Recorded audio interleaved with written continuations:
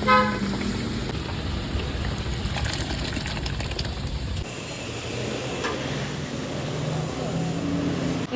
പുതിയൊരു വീഡിയോയിലേക്ക് എല്ലാവർക്കും സ്വാഗതം. എല്ലാ വീഡിയോയിലും ഞാൻ വന്ന് ചൂടാണെന്ന് പറഞ്ഞു പറഞ്ഞതാണ്. ഇപ്പോൾ നല്ല മഴ, 3 ദിവസമായിട്ട് ഭയങ്കര മഴ കേട്ടോ. ഇന്ന് രാവിലെ തുടങ്ങി മഴയാണ്.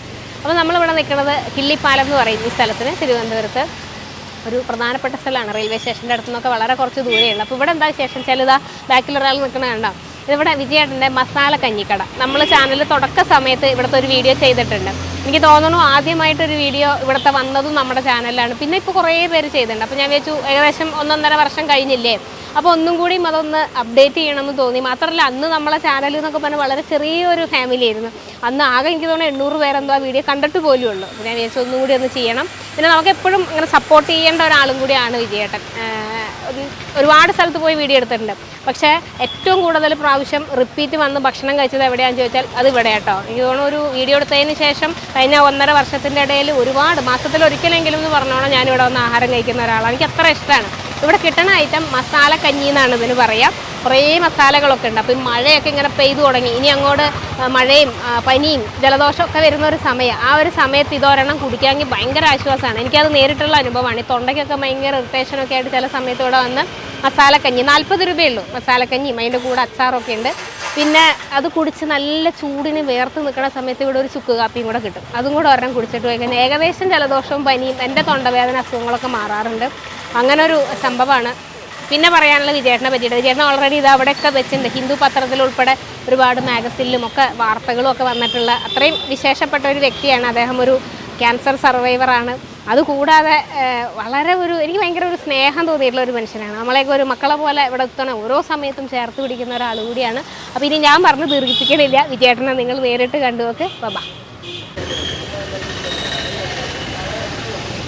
നമുക്ക് എത്ര മണിക്കാണ് കഞ്ഞി താവണേ?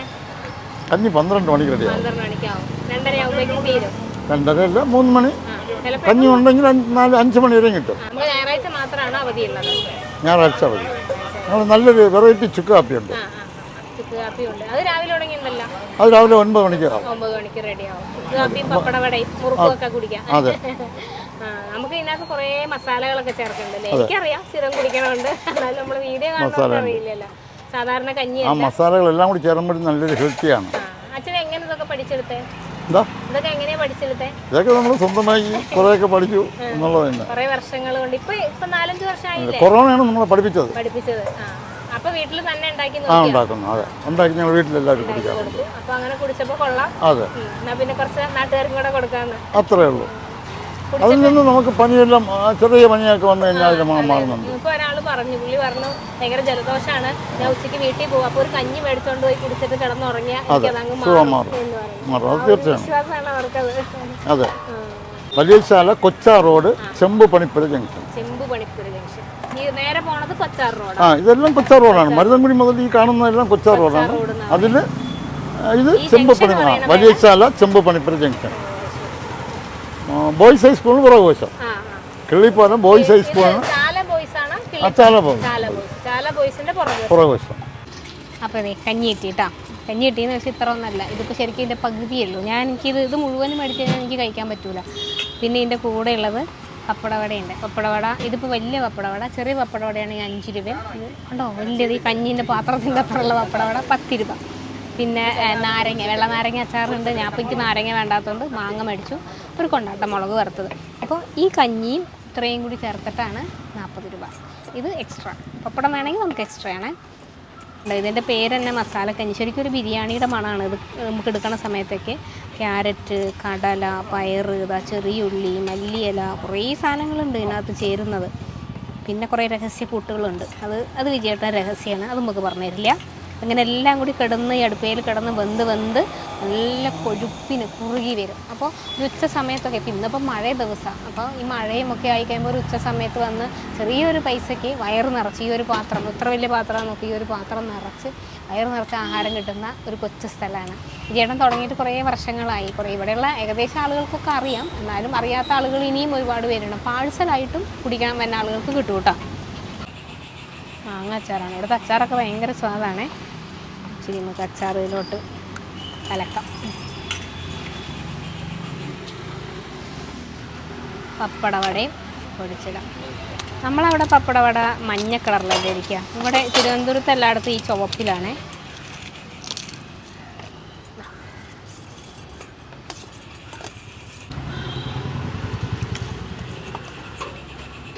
പിന്നെ പറഞ്ഞേക്കായും സ്വാദിച്ചിരി കൂടിയോന്ന് വെച്ചാൽ ആദ്യത്തേക്കായും കുറച്ചും കൂടി സ്വാദാണ് കേട്ടോ. നമുക്കേ കഞ്ഞി എല്ലാവരുടെയും കാര്യം എനിക്ക് അറിഞ്ഞൂടെ, എനിക്ക് കഞ്ഞി ചോറ് എന്നൊക്കെ പറയുന്നത് ഭയങ്കര ഇഷ്ടമുള്ളൊരു ഭക്ഷണമാണ്. അപ്പോൾ നമ്മൾ വേറൊരു സ്ഥലത്ത്, ഇപ്പോൾ നമ്മുടെ വീട്ടിൽ ഇതിപ്പോൾ ഈ കഞ്ഞി വേണ്ടി നമുക്ക് നമ്മുടെ വീട്ടിൽ വെച്ച് കുടിച്ചുകൂടെയും ചോദിക്കും. പക്ഷെ നമ്മൾ വീട്ടിലല്ലാതെ എന്തെങ്കിലും പഠിക്കാൻ വന്നു അല്ലെങ്കിൽ ജോലിക്ക് വന്നു, അപ്പോൾ ഹോസ്റ്റലിൽ നിൽക്കുകയാണ്, ആൺകുട്ടികൾ മാത്രമാണ്, അവിടെ കുക്ക് ചെയ്യാനുള്ള സൗകര്യമൊന്നും ഉണ്ടാവില്ല, പെയിൻ ഗസ്റ്റായി നിൽക്കണ സ്ഥലം, അങ്ങനെയൊക്കെ ഉള്ളവർക്ക് ചിലപ്പോൾ ഒക്കെ നമുക്ക് തോന്നില്ലേ പക്ഷെ ഒരു കഞ്ഞി കിട്ടിയായിരുന്നെങ്കിൽ എന്നൊക്കെ തോന്നില്ല. അങ്ങനെയൊക്കെ വന്നവർക്ക് ശരിക്കും ഇവിടെ വന്നൊരു ഒരു കഞ്ഞി കുടിക്കാമെങ്കിൽ ഭയങ്കര ഒരു നൊസ്റ്റാൾജിക് ഫീൽ തന്നെയാണ്. ഇവിടുത്തെ കഞ്ഞിക്ക് അങ്ങനെ ഒരു പ്രത്യേകതയുണ്ട് കേട്ടോ, എന്താണെന്ന് എനിക്ക് അറിയില്ല. അതുപോലെ ഭയങ്കര നീറ്റ് ആൻഡ് ക്ലീൻ ആയിട്ടാണ് പുള്ളി എല്ലാ കാര്യങ്ങളും ചെയ്യണത്. രാവിലെ ഒരു 6:30 മണിക്ക് ഇവിടെ വരും, കഞ്ഞി റെഡി ആകുമ്പോഴേക്കും 11:30-12 മണിയാവും. ഈ 6:30-ക്ക് വന്ന് ഇവിടെ എല്ലാം അടിച്ച് വാരി തുടച്ച് ഇവിടെ ലോഷനൊക്കെ ഒഴിച്ച്, റോഡ് സൈഡല്ലേ, തുടച്ച് അപ്പുറത്തുള്ള പൈപ്പ് വെള്ളം അവിടെ നിന്ന് ചോന്ന് ഇവിടെ കൊണ്ടുവന്ന് വെച്ച് ഇത്രയും കാര്യങ്ങളൊക്കെ ചെയ്ത് ഇനി ഇതെല്ലാം തീർത്തിട്ട് 3:30-4 മണിയാകുമ്പോൾ പോകുമ്പോഴേക്കും ഇതെല്ലാം ക്ലീൻ ചെയ്ത് വെച്ചിട്ട് ഭയങ്കര കഠിനാധ്വാനിയായിട്ടുള്ള ഒരു മനുഷ്യനാണ് കേട്ടോ. ഇന്നിപ്പോൾ മഴ പെയ്തുകൊണ്ട് റോഡ് പോയി മഴയത്ത് പെട്ടുപോയി, ഒരു സൈക്കിളുമേയാണ് പോക്കൊക്കെ സാധനം മേടിക്കുക, അപ്പോൾ മഴയത്ത് പെട്ടുപോയി എന്ന് പറയാം. അപ്പോൾ അതുകൊണ്ട് ഇന്ന് ഇച്ചിരി വൈകിപ്പോയി, ആളുകൾ വന്ന് ക്യൂ നിൽക്കുകയായിരുന്നു കഞ്ഞി കുടിക്കാൻ. പക്ഷെ ഇത്രയും കഷ്ടപ്പെട്ട് ജീവിക്കുന്ന ആളുകളെയും ദ്രോഹിക്കാൻ ചില മനുഷ്യന്മാരുണ്ട്. ഈ കടയ്ക്ക് കഴിഞ്ഞ ഒരു 1-2 മാസം മുന്നേ തീയിട്ടു, അതൊരു ഷെഡ് വെറുതെ ഒരു ടർപ്പായി വെച്ച് കെട്ടിയിരിക്കുകയാണ്, നനയരുതല്ലോ കഞ്ഞി കുടിക്കാൻ വരുമ്പോൾ, അതിന് വേണ്ടിയിട്ട് അത് നശിപ്പിച്ച് കളഞ്ഞ ഒരാൾ. ഭയങ്കര വിഷമം. നമ്മളെല്ലാവരും ഇൻസ്റ്റാഗ്രാമിൽ ഉൾപ്പെടെ ഞങ്ങളെല്ലാം അതിൻ്റെ ഒരു പ്രതിഷേധം അറിയിക്കുകയും ചെയ്തു. കാരണം ചെയ്ത ആളുകൾ ഭയങ്കര മോശമായിട്ടുള്ള ഒരു കാര്യമാണല്ലോ, എന്തിൻ്റെ പേരിലല്ല, ആഹാരം കൊടുക്കുന്ന ഒരാളാണല്ലോ, ഒരാളെയും ദ്രോഹിക്കുന്നില്ല.